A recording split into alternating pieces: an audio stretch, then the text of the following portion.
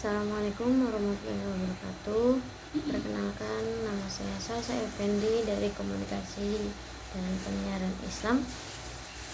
Di sini saya akan memenuhi tugas fikih dakwah, yaitu menjelaskan kembali apa yang sudah dipelajari. Nah, di sini saya akan menjelaskan tata cara dakwah yang efektif. Nah, sebelum kita ke tata caranya, terlebih dahulu kita harus tahu pengertian dakwah itu seperti apa. Nah, dakwah adalah mengajak manusia ke jalan Allah dengan cara baik dan benar. Nah, tujuannya itu untuk membawa kebaikan, terus mengajak kepada tauhid dan menjauhkan dari kemungkaran. Itu pengertian yang lebih singkat. Nah, adapun prinsip dakwah yaitu di sini saya akan menyebutkan 4. Yang pertama itu ikhlas karena Allah. Yang kedua berlandaskan ilmu. Dan yang ketiga mengutamakan akhlak ilmu. Dan keempat tidak memaksa atau menghakimi. Nah, jadi prinsip dakwah itu harus ikhlas karena Allah. Jangan hanya ingin dipandang baik oleh umat Islam. Nah, terus berlandaskan ilmu. Jangan kita ingin berdakwah tetapi tidak memiliki ilmu. Nah, itu tidak boleh. Terus mengutamakan akhlak ilmu. Buat apa kita mempunyai banyak ilmu tetapi kita tidak memiliki akhlak? Itu sama saja percuma, ya. Terus tidak memaksa atau menghakimi. Jadi sebisa mungkin kita tuh dalam berdakwah tidak boleh memaksa kepada mad'u, ya. Terus juga tidak boleh menghakimi mad'unya. Nah, adapun langkah-langkah dakwah itu yaitu mempersiapkan diri. Terus yang kedua itu memahami mad'u. Nah, sebelum kita ingin berdakwah di depan umum, alangkah baiknya kita persiapkan diri kita dengan belajar sebelum kita naik ke panggung atau sebelum kita berceramah di depan orang banyak. Alangkah baiknya kita coba dibaca-baca terlebih dahulu apa tema yang ingin kita sampaikan dan apa saja dalil-dalilnya. Nah, yang kedua itu memahami mad'u.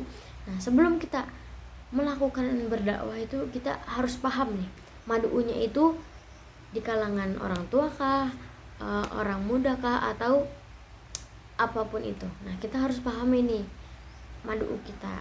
Nah, adapun metodenya yaitu di sini saya akan menjelaskan dua metode. Yang pertama itu metode bil hikmah dan yang kedua itu mau idzoh hasanah. Nah, terus adapun media dakwahnya, nah bisa berupa tulisan, lisan, tulisan atau perilaku. Nah, jadi dakwah itu bukan sekedar berbicara di depan umum, tetapi kita bisa lewat dengan misalnya kepada teman kita hanya sebagai ucapan-ucapan, atau bisa jadi dengan tulisan misalnya seperti di media sosial. Nah, itu kan kita bisa berdakwah. Berdakwah itu tidak hanya di depan umum saja. Nah, bisa juga berperilaku. Misalnya seperti membuang sampah pada tempatnya, atau berperilaku baik kepada orang, atau berperilaku sopan. Nah, gitu. Nah, itu jadi media dakwah itu tidak hanya di atas panggung saja atau di depan mimbar saja, tidak ya. Nah, lanjut, adapun sikap dalam berdakwah yaitu sabar, tawakal dan konsisten. Nah, ini di sini dijelaskan di firman Allah yaitu ayat surat An-Nahl ayat 105 dan surat Al-Imran ayat 104. Itu dijelaskan tuh, sikap dalam berdakwah itu harus sabar, tawakal dan konsisten. Nah, mungkin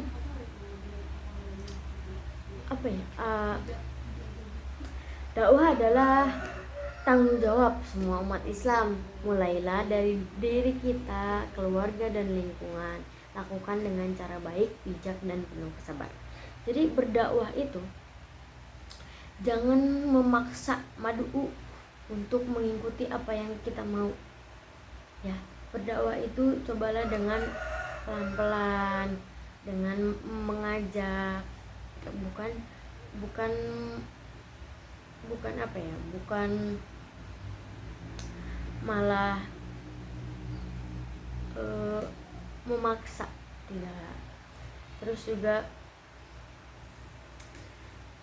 dakwah itu tidak hanya di depan di apa ya, di mimbar saja, bisa misalnya di tongkrongan lah, atau misalnya sedang berbicara dengan teman. Nah itu di situ kita bisa berdakwah, atau dengan kita berperilaku yang baik. Nah itu sama saja kita berdakwah. Nah, mungkin cukup sekian yang bisa saya sampaikan, kurang lebihnya mohon maaf. Wabillahi taufiq wal hidayah. Wassalamualaikum warahmatullahi wabarakatuh.